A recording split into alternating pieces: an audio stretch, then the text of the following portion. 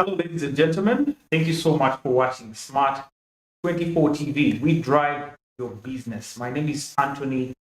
You are watching Point. This is, of course, the platform where we bring on board different stakeholders, policymakers, influencers, and experts, and talk about, of course, things that are very pertinent to our economy as a country and, of course, as a region in East Africa. My name is Anthony Sebale, and I am your host. Remember, you can follow us right now on Twitter.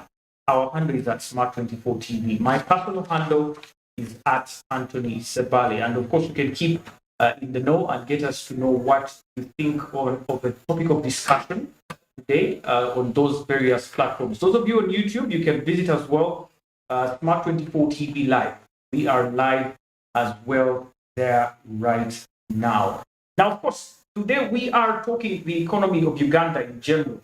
Is it a sustainable one? Looking, of course, ahead into the new year 2023. What are our expectations? And just, of course, as we wound up last year, a new report from the World Bank indicated that Uganda's economy is expected to grow at 5.5% during the 2022-2023 financial year. This is up from 4.6% in the previous financial year to almost 6%.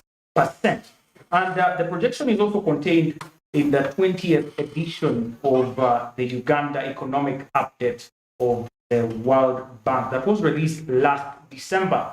However, of course, this comes at a time when there are various economic challenges. Around the same time in December, a report indicated that about 60% of Ugandans earn less than 200,000 shillings. This was a national labor force survey report that was conducted actually by the Uganda Bureau of Statistics.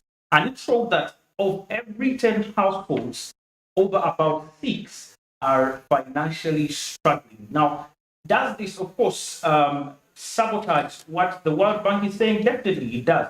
And today we want to talk about some of the pointers to either the growth that we are seeing that the World Bank is projecting, or to actually some of the weaknesses that could bring us down. And I'm joined by none other than gentlemen here on the set who have, of course, a wonderful experience in the economy of Uganda. And right next to me is Mr. Alex Muhwezi, who is a banker, a financial analyst, and our friend here at Smart24 TV. I must say, you're most welcome, Mr. Alex. Thank you so much, Anthony, for the invitation. Thank you for the show. I'm happy to be on the show this evening. Good evening to our viewers, our listeners. Thank you so much for giving us your time, ladies and gentlemen. Welcome. And of course, next to him is none other than Honorable Henry Banyanzachi, who is the Director of the Operation Wealth Creation and also a former Member of Parliament. There is going to tell us a little bit about himself as well, but he is also a very good friend here for us. You're most welcome, Honorable. Thank you very much, and thank you for the invitation. Good evening, viewers, and Happy New Year. Since the year began, it's yes, TV, the first time. Thank you. Thank you. You're most welcome. I want to start, of course, first of all, by wishing you a Happy New Year. I think this has been the first time we get to meet in this new year. But Honorable, I'll start with you there. How was, generally speaking, before we get into the deeper discussion here, the year 2022 for you, comparing now, starting, of course, we have just had about 23 days of 2023. Are you seeing any difference in the year 2022? In the year 2023 from 2022 so far? That's getting tougher. Difference. And the tough is getting tougher, and the other difference, of course, is that the Ugandans are developing resilience. They are getting to understand the kind of economic quagmire they are in.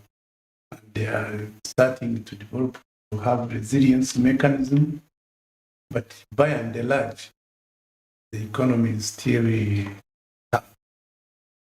And by you look by the figures, and I don't want to delve much into the figures. When you go into the projections, they look curious, but on the ground, people are not, they are not reaping the dividends. As you may say, who are the people? When you go into the rural areas, we are having people who are got poverty, poverty. You smell it. You smell poverty when you go in the rural areas.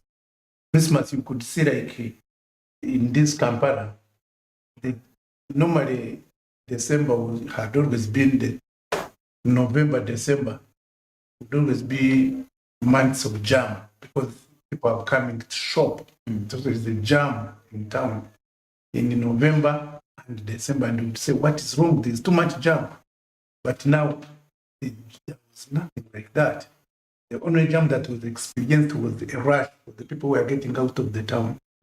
But even then, many people did not go in the village because they could not manage. So there is an economic squeeze. And when you delve deeper into our government, we are saying what should be done to stimulate the economic recovery. I want to put a disclaimer. I am a director in Operation Voice Creation, but the views I'm going to express here are my views, not the views of Operation Voice Creation. So I will not talk on behalf of the Operation Voice Creation. And the office of the president, sure, I will be talking as Banyanza Henry. The views are my views. So when we go on that, even now, everybody is asking what has happened to our economic guru, Ramadan Ngomi, in the Ministry of Finance, because there are some things that we wish to see, the Ugandans wish to see, but they're not happening now.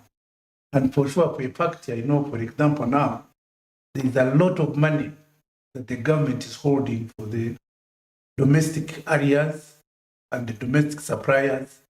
You know, money where you supply to government and they hold your money and there's no explanation. The next time they are taking domestic areas. So if you are going to hold close to 5 trillion as domestic private sector money, that means that you have deprived the money from the private sector and you have borrowed it as the government and you are holding it with impunity. That one doesn't stimulate the economy. To stimulate our economy, let them pay all those suppliers. Suppliers who supplied goods, who supplied services, who keep them in Operation Voice Creation. We have people who supplied seedlings, coffee seedlings, tea seedlings, cocoa seedlings, seeds, maize, beans, name it. These people have not been paid. It is so painful to go in the bank and borrow money so that you facilitate government to do its services and you supply. And then after borrowing money from the bank, government will hold your money and they sell your property. It is very rampant nowadays. So that one doesn't stimulate the economy. Instead, dampens it. Okay? When the other day we saw the government borrowing money from the commercial bank up to a trillion plus, you have withdrawn that money which the private sector would have access to do business, but you as a government, you have taken it, and even where you have invested it is questionable, because if you are going to invest it into a non-productive area, into wages, into salaries, into those kind of stuff, then it's not even going into the production sector. There is no multiplier effect. At the end of the day, I and you and always wants to access money for production. They will give it to you at a high interest rate because we are competing with government, which is risk-free, and they perceive me to be a risk-loaded borrower. So at the end of the day, the interest rates goes high. That's why in Uganda, our interest rates are very high, because the money that Ugandans would have ordinarily accessed, the government has already scooped it. You are competing with government. They give it to government. So whereas government as a government, would have gone to World Bank, African Development Bank, Islamic Development Bank, into these multinational financiers, which comes with concession. Even when you say that they have gone there, they have exhausted those avenues. And when we have a high debt, a debt rate, when we have our debt is very high, at the end of the day, we are servicing those debts. We are servicing those debts that were got from World Bank, ADB, China. We have Google, we have secured so much kind of money, to 80 plus trillion now. So if we are going to service 10% of your budget is servicing debt, that means you have siphoned, you have withdrawn 10% of the money to go and service debts. It cannot be injected in the economy. It has gone to service multinational kind of those debts. So at the end of the day, you are not going to give services to the people. You will not give services to the people. This kind of inputs that we are talking about, you are not going to give inputs to our cultural inputs. You are not going to fund our research organization like NARO, NAGRIC. You are not going to put money into agriculture. You are not going to put money into infrastructure. You are not going to put money into education, because that money is going to pay to service debts. The little that remains is going to pay wages. The little that remains is going to service a bloated cabinet of 500 plus. Sure. The biggest parliament in Africa, maybe in the world even. In Africa, the bloated cabinet, the bloated financial advisors, the bloated cost of administration. I get my point. So at the end of the day, you are left with little money that's going to be pumped into the production sector. There, you are boosting the economic growth, your stimulus, your money to boost the stimulus, the economic stimulus growth. Your projection remains on the paper. Okay? It remains on the paper. Even when we say, okay, fine, we shall be saved by oil, which is the drilling is going to be commissioned tomorrow. But remember, you have already mortgaged this oil, the oil, through the debts that you acquired. You are borrowing on future oil that will be coming. You've pointed out so many things that I actually wanted to, first of all, bring in Mr. Muhezi here on the issue of failure of government, for example, to pay civil servants.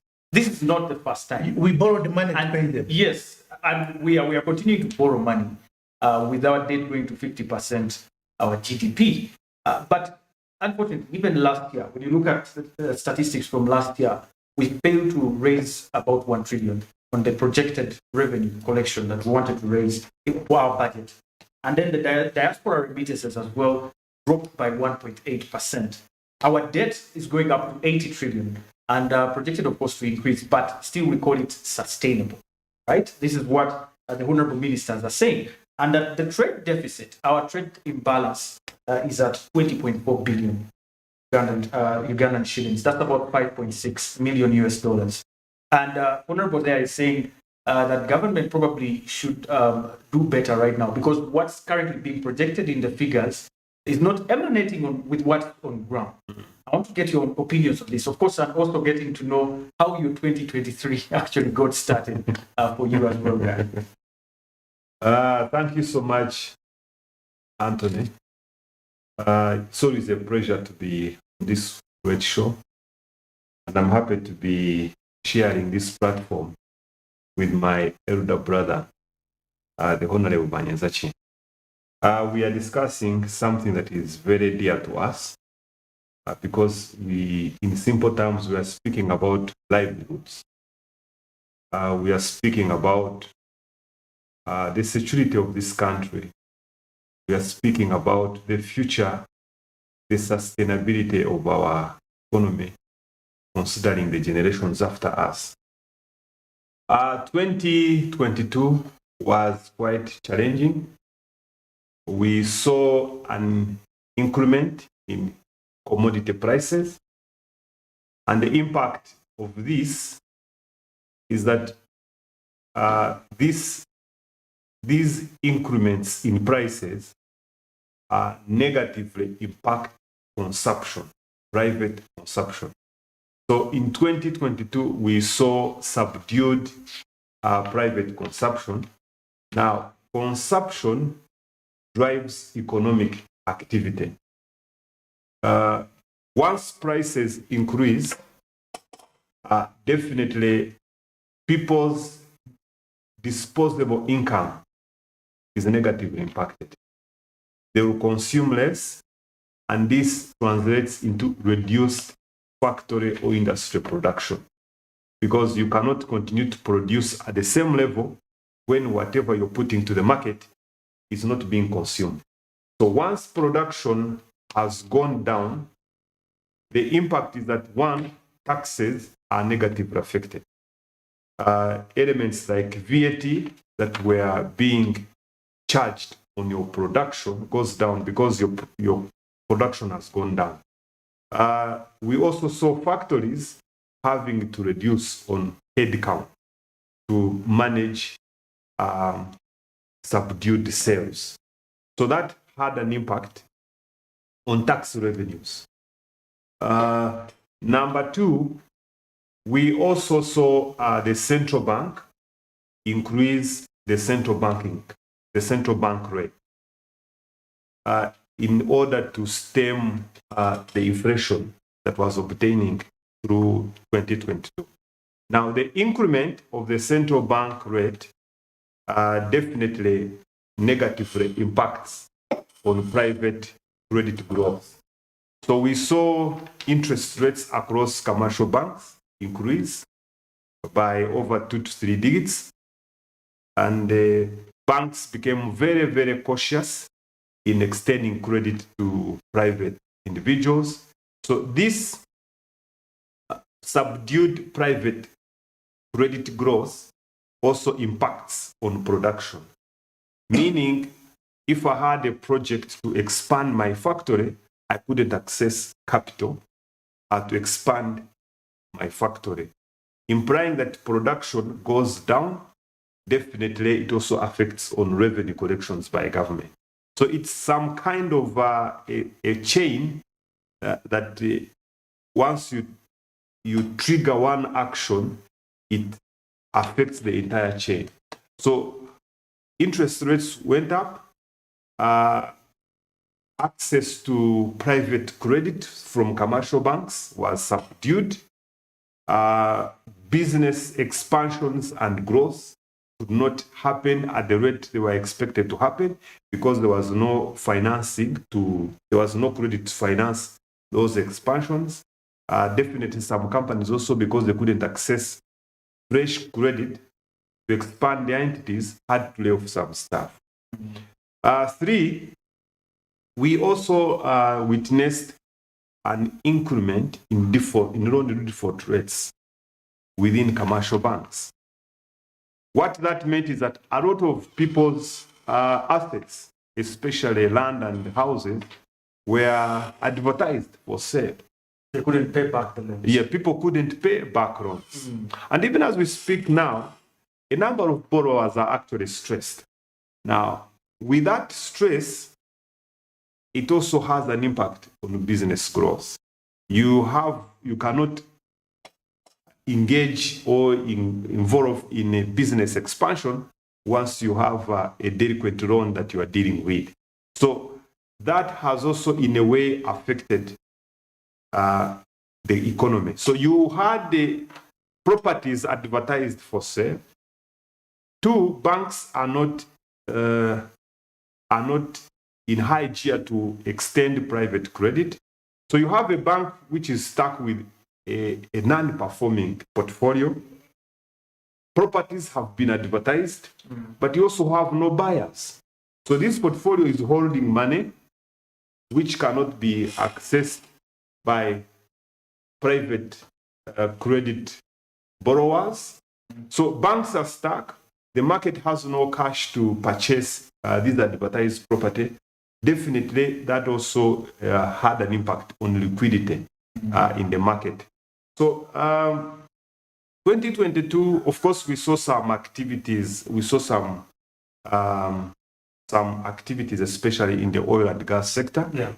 After finalizing the agreement, the production agreement, we saw some kind of activity within that sector. What actually saved us with the exchange rate last year was the oil inflows to finance the activities within the oil region. If that was not the case, that was going to be a bit of a challenge for us to manage the forex. So 2022 was there was some bit of recovery, but there was also some bit of serious challenges which negatively affected the consumption. So you made a comment at the start of this show that last year, I also actually read the World Bank report, which shows that last year the economy grew to about 4.6, nearing the post-COVID, the pre-COVID growth figures. And then this year, the economy is projected to grow at about 6%, according to World Bank.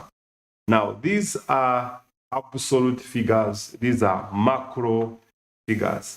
And for me, when we are discussing economic growth, I always prefer to deal with the micro, because we'll come here and paint a very rosy picture of the economy when actually the ordinary man cannot connect with what you're talking about. We have Mr. President right there. We have to take a very short break there. And we are still talking, of course, the Ugandan economy. Are we on a road of improvement and recovery from, of course, what has been a year of pandemics, a year of Ebola, a year of Russia-Ukrainian war, into the new year 2023? And of course, I'm joined with Mr. Alex Mpoezi and Honorable Manenzachi here on the program. We're going to take a very short break. When we return, of course, we continue our discussion into now the microeconomic perspective that Mr. Mpoezi wants to bring on the table. Stay with us. My name is Anthony. We'll be right back.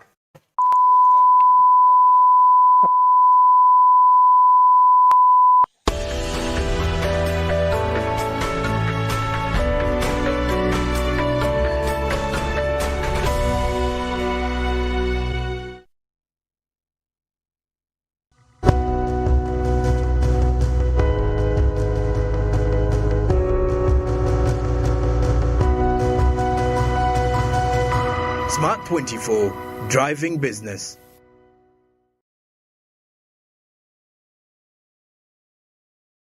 Say goodbye to paperwork and travel costs. Now every MTN customer can register to invest in securities anytime and anywhere with Zabu in a few simple steps. Step 1.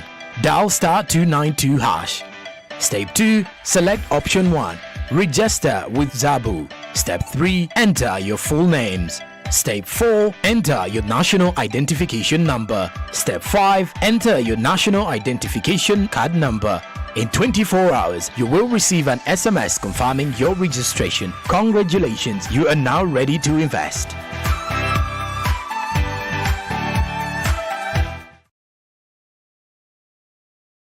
Three, two, one, action!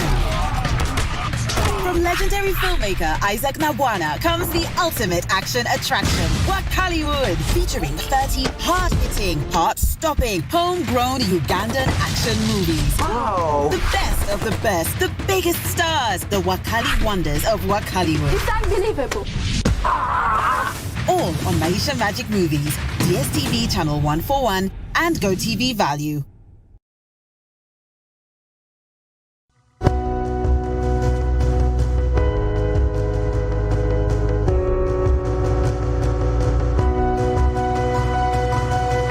Smart24, driving business.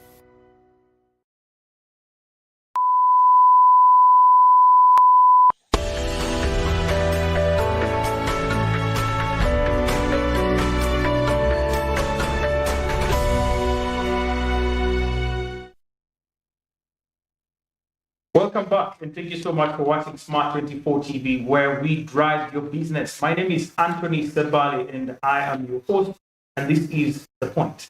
Now, today, we are talking the economy of Uganda as of 2023, the status quo and of course getting to look into the future. If we are to get on the journey of recovery, what steps should we take? Are we taking steps in the right direction? Of course, here we're talking the private sector, but also government. How are we handling the current problems at hand? Now, Mr. Mwezi, you are actually talking about the microeconomic perspective, that yes, World Bank would have this view that our economy is going to grow to 6%, but how does that translate to someone in Bulisa? I will use exactly what you say. Someone in Bulisa, someone who is in Toroko district, and they have a farm. I want to be very, I want to side with government at one point. First of all, the government is also a victim of circumstance, if I may say. Last year, as we were just coming from the COVID-19 pandemic, you saw the Russia-Ukrainian war and how devastating it was, not only to Uganda's economy, but to the global economy. The US economy as well suffered greatly, and they're also in debt. And actually, the supply chain disruptions there greatly affected them. And when you come to Uganda now, Uganda's case, we felt the effects. And the central bank actually getting to raise their rate to 10% was also something the bank said we can't just look at inflation. Prices of fuel were going up and so many other problems. So wouldn't you close an eye and say, okay, because of the external factors that government also says are outside their control, we're having the current situation?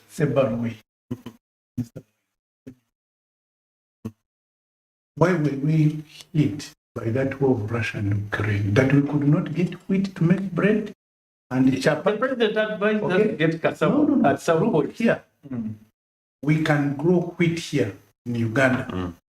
We can grow wheat in the whole of Kigezi region, the whole of Gunzori region, the whole of Sebei region, Mount Elgon region. We can grow wheat, but we are not growing it. The land that we are talking about, that Ukraine is growing on this wheat that feeds the whole nation, the whole world, is actually less than the landmass of East Africa. Maybe it could even be equivalent to that of Uganda, but they have used the technologies, their production technologies that makes them feed the world. So if we were to invest in our agriculture, we can feed the whole world. We can feed Africa, but you find we're a nation. Even in these these chips that we are eating here in Kampala, even beyond Kampala, we are importing frozen chips from Holland. We are importing Irish potatoes from Kenya, South Africa. We are importing eggs into these supermarkets coming from South Africa. Okay? We are importing peas that can be grown in Kigezi. We're importing them from Mexico, from Brazil. We're importing oranges from Egypt. We send them our water from through the Nile. They use water to irrigate their orchards. They grow oranges. They bring us. They send us back our water through oranges And mangoes. Can you imagine? Do you know the size of, like, for example, Israel? But so in Uganda here, we have not used. We are all thinking about gifted by nature. Gifted by nature. We are not using the land. The productivity of our land is very low. We do not use our land proactively, using the latest technologies. Anywhere you go in Uganda, you go in Busoga, they are depending on these mangoes, Jamila Jane. They grew on their own. Men and women spend the whole day under the mango tree, waiting for the mangoes to fall down, and they feed on the mangoes. But they cannot use the latest technologies to grow these mangoes. Okay? Then in Kabale now we have started, we don't have Irish potatoes as of now, because nothing's being injected. Even apples, we're importing from South Africa. Apples can be grown anywhere in this country, Uganda.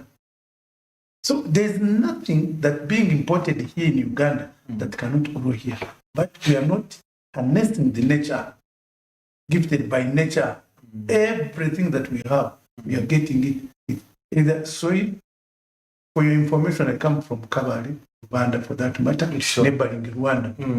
Do you know that we even import soil? We export soil. The Banyarwanda come to my constituency, Rwanda, and take fertile soils to go and use it in their fields, and we end up buying their beans. Now we are buying even Irish potatoes from Rwanda, maize from Rwanda. They took away our soil, and they took it rudimentary, mind you. So we are not harnessing the gift of nature that we have been handed over to us by God. Otherwise, that Ukraine war wouldn't have affected us. We would be having our own wheat. We would be having our own barley for our agro industries. Uganda breweries uses barley, but it imports this barley from Ukraine, from elsewhere, everything. So we need to go back on the drawing board. Better planning within this country. We invest in this agricultural sector. We even have other areas that we can.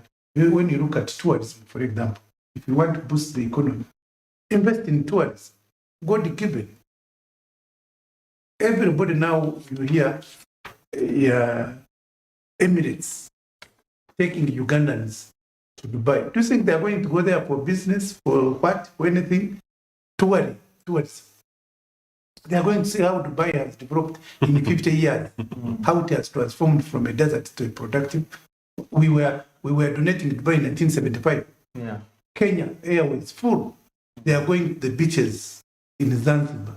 Unfortunately, We have all the coastline of when you look at Victoria. the budget framework that's proposed for 2023-2024, Yes. tourism experienced a cut of 89. Absolutely, that's what I'm telling you. But look at the areas where they have increased their budget. But government is They also include saying the they want to cut costs of administration. They want to cut costs of Okay, tell me, running government. tell me which cost has been cut. Military Into from administration. 4.9 to That one 4.6. has increased. I get my point. That one has increased. Parliament, it has increased. It increases. You can't cut that one. State House, you can't cut that one. To pay the presidential advisors, I'm sorry to say, I'm in the president's office, to pay me also. You get my point. So the cost of administration into these offices is increasing. So we need to cut that cost. The other day, the president was saying no more travel abroad.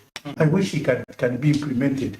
When he was in Chigumba, they could not even have money to develop the oil institute. I wish the president, what he says is done to the dot. Okay? And say no more travel. With this word of .com here, this is a phone. I can have any meeting with New York, with Washington, our prime minister, our vice president, our minister. They don't need to go there. They need to have those conferences in this office, in their Zoom. They Zoom in and participate online. The one is doing it. Okay? Actually, the other country that is adopting this is also Tanzania. So if we don't do this and cut our costs on a consumptive expenditure, you get my point? Yes. And invest this money into the productive sector. We invest it in mining, we add value to our minerals, we invest it in agriculture, increase on production, add value in our crops. We export, instead of exporting green beans coffee, we import finished product. Cotton, we should be importing clothes. Cotton shirts, exporting cotton shirts. But we export our cotton, we import shirts, cotton dresses, cotton bed sheets. 40 times the price of the cotton we exported. Coffee, you go. Yeah, coffee. Actually, You go in any government office. Yes. And you will not find any government office using coffee, which is grinded coffee, which is like from Obugisu, Yes. from Kigezi. They are using They say it's not of the right. They are quality. using Nescafe. Okay. All government offices. Even here. Let's If I bring say this I want up to here. take coffee, you would bring me Nescafe. Yes. So unless we change our mindset at that level, we do import substitution. Now, when you do import substitution, you are stimulating the economy. because you have now local stimulus. You have local industries. You have our industries making coffee, making tea, making clothes, making what? Local industries. Yeah. You get my point? But now, if you don't have these local industries, especially in the agri sector, where we have a comparative sector, we are not going anywhere.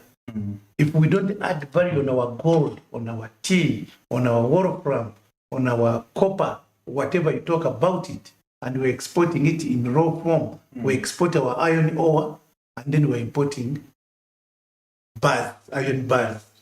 We're importing whatever, you're importing steel, and yet you exported your iron ore. You export your gold, you start, this rate start buying. Thank you, Honorable. Thank you, Honorable. Like 1,000 times more. I want to bring in Mr. Mwezi here. So whatever, on the point whatever Honorable is raising. Whatever you talk about, you even, to the extent, we even export brains. Yes. All the highly educated people, doctors, they go to India, they go to South Africa, they go to UK, and then you have exported that brain of a doctor, and then you follow that doctor that you are going to India for a surgery, that you are going to South Africa, that you are going to America. Reaching there, it's the Ugandan doctor working on you. The Ugandan doctor would have worked on you while in Murambo, even in Kabad, where I come from, Rwanda, where I come from. We export everything, yes, including our brain. We are having our brain to Dubai. Yes. Then you go at international airport and you see the queue of the young people going to Dubai, working as domestic workers, and they are all graduates. What is that? Thank you, Honorable. Very interesting part there.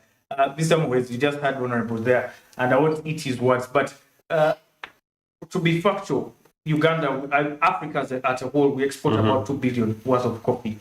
Germany alone exports about 2.1 billion US dollars. That's even greater than the whole of Africa combined. And I bring his point that we are still lacking in the value addition chain, and we're still lacking on our import imbalance and so on. In your opinion, and do you know what? The German doesn't grow. Yes, it doesn't, definitely. So, in your opinion, where is the miss? What aren't we missing? You talked about the microeconomic perspective, that Martha's government really looks at these big figures. What's happening on ground? What should be done? Now, thank you so much, Anthony. One, economic growth is not an event. It's a process. And there are drivers to this economic growth. Government, when you're talking about the economic growth, of course, you have stakeholders in this economic growth you're talking about. You're talking about government, but there's also the element of the private sector. And the approach we took as a country in terms of economic development, we took the private-led approach. But government remains a key player in driving this private-led approach.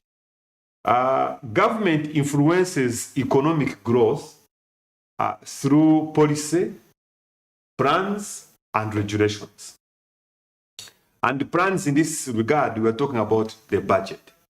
Now, when you look at the budget, without even looking at the budget for the budget being proposed for financial year 2022-2023, let's look at 2022. When you look at our budget, ideally, any budget you draw speaks to the use of that budget about your priorities. Now, when you look at how our budget is assembled, our budget is a consumptive budget. Units of consumption receive significant budgetary allocations. I want you to look at the budget of the Ministry of Agriculture. Look at the budget of the Ministry of Tourism. Look at the budget of Works and Transport. I know we have been driving infrastructure development as a key focus area for us to ease the cost of doing business by providing infrastructure.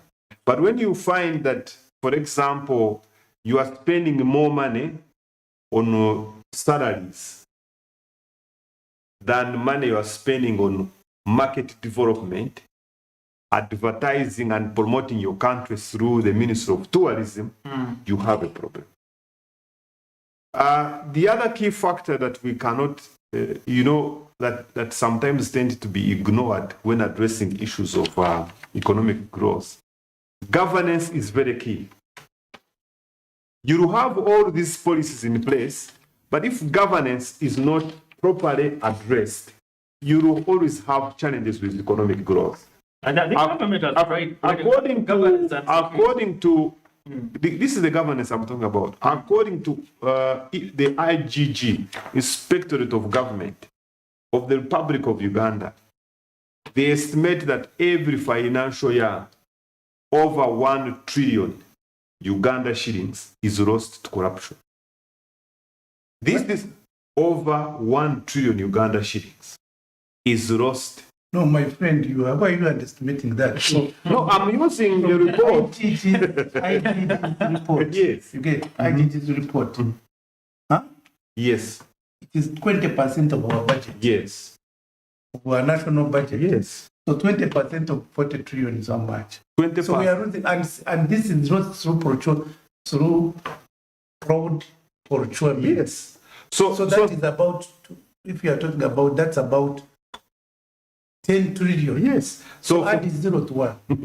I'm going by the speech I had by the IGG, but thank you so much for that additional information. So you can see that a lot of money is lost due to corruption. Now, this is money that would have created an impact in our economic development agenda. Now, that's corruption. We already have a bloated governance structure. Ugandans are one of the most represented people in the world. Absolutely. One single Ugandan has very many representatives at different levels of government. Sure. A country of 45 millions having a parliament of 600 members. Do we really need this kind of administration? What value is this administration bringing to the economic development of this country? Ugandans are yearning for, they want jobs. They want to access cheap, low-cost financing. Ugandans want to access markets for their products. Ugandans want to access, they want to improve their skills. Those who want to go to manufacturing, is there a platform under which they can be trained? Is there a platform under which there can be some kind of skills transfer? Our earlier understanding was that with our focus on foreign direct investment, there would be an element of skills transfer. As investors come to invest in this country, yes, they bring money, set up factories, but our appreciation was that there would be an arrangement to train Ugandans, so that with time, Ugandans are able to set up facilities of that nature, or Ugandans are able to run these factories. So these are things that Ugandans are yearning for. Ugandans are seeking. We are seeking for access to low-cost capital.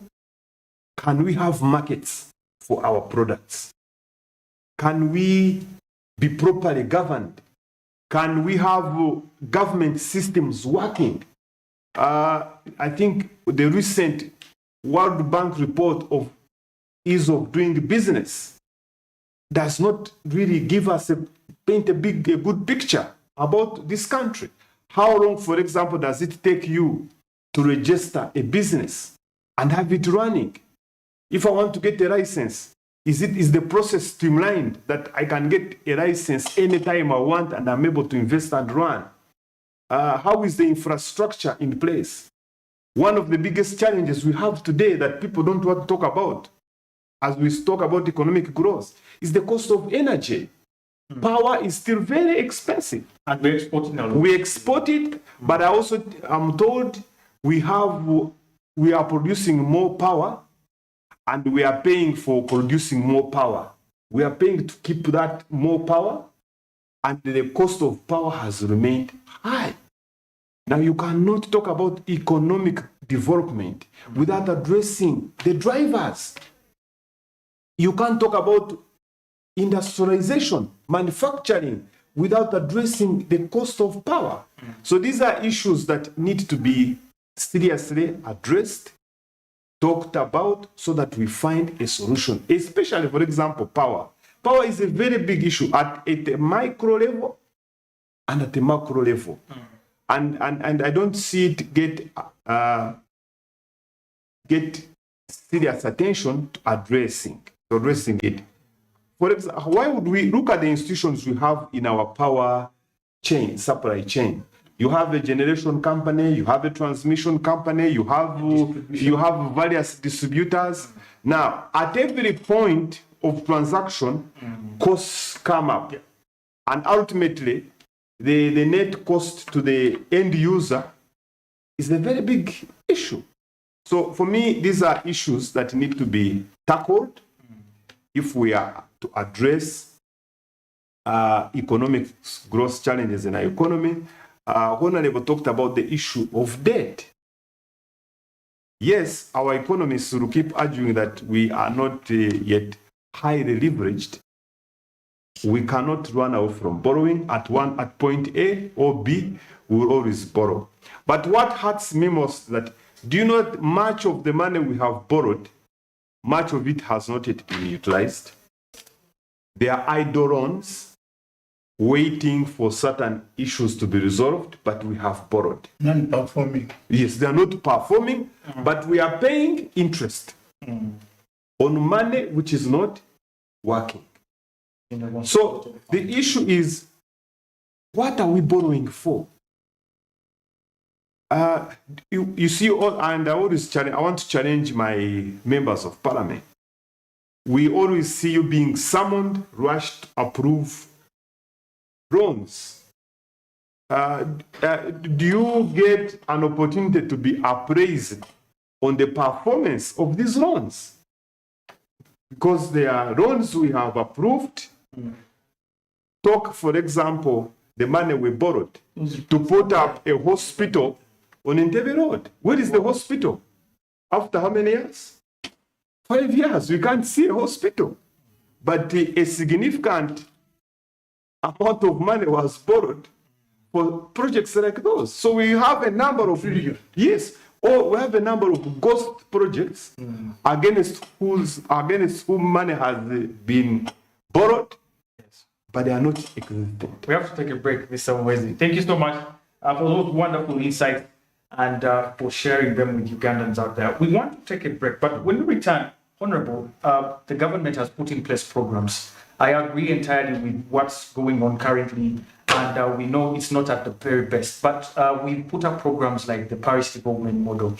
And according to Minister of Finance, Mr. Kasaija, Honorable Kasaija, he said that if you don't listen to anything in the budget, that was during his declaration of the budgets last year, at least listen to the Parish Development Model. But we've had other programs. We've had the OWC, of which you're a director. Are these programs going to bring the hope that we are hoping for, actually, the Ugandan recovery, the economy of recovery in the current financial times that we have just described under the current circumstances? Corruption has been one of the reasons why we are now borrowing more on non-concessional loans, because the concessional loans come, of course, with conditions and terms, which sometimes we cannot meet. Are these programs going to be actually sabotaged by the corruption that we are currently facing? Ladies and gentlemen, we are taking a very short break. This is The Point, and my name is Anthony Sebale. Stay with us. Don't go anywhere.